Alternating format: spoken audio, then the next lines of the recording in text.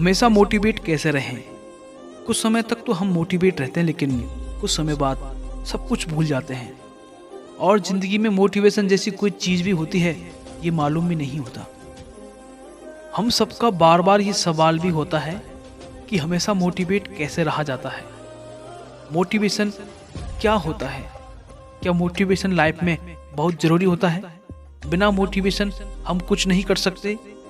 बहुत सारे सवाल हैं जो अक्सर हमारे दिमाग में आते हैं। तो सबसे पहले हम मोटिवेशन का मतलब जानते हैं। मोटिवेशन का मतलब होता है प्रेरणा या अभिप्रेरणा, यानी जब आपके अंदर एक ऐसी ऊर्जा पैदा होती है जो आपको आपके लक्ष्य को पूरा करने में मदद करती है। जो व्यक्ति मोटिवेटेड होता है उसका एनर्जी लेवल भी ज़्यादा होता है, क्योंकि मोटिवेशन आपको हमेशा इंडिकेट करता है कि अभी तुम्हारा लक्ष्य बाकी है, तुम्हें अभी रुकना नहीं है। मोटिवेशन का सबसे अच्छा एग्जाम्पल यदि माने तो वो है एकलव्य, गुरु द्रोणाचार्य के शिष्य एकलव्य।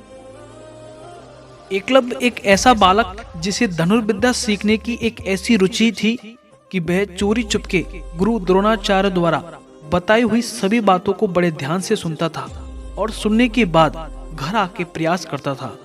कुछ कारणों की वजह से एकलव्य को गुरु द्रोणाचार्य की विद्या का लाभ नहीं मिला, लेकिन उसने हार नहीं मानी। अक्सर कहा भी जाता है कि बिना गुरु के कोई ज्ञान नहीं होता, कोई भी व्यक्ति बिना गुरु के महान नहीं होता।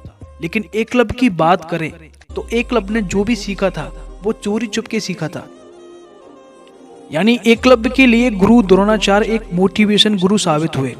सीखने और प्रयास करने की ऐसी ललक कि एकलव्य ने एक दिन अपने गुरु की मिट्टी की प्रतिमा बनाई और वो हर रोज उसकी पूजा करने लगे, हर रोज उनसे सीखने का प्रयास करने लगे, जिसके बाद धनुर्विद्या में एकलव्य एक उत्तम शिष्य साबित हुए।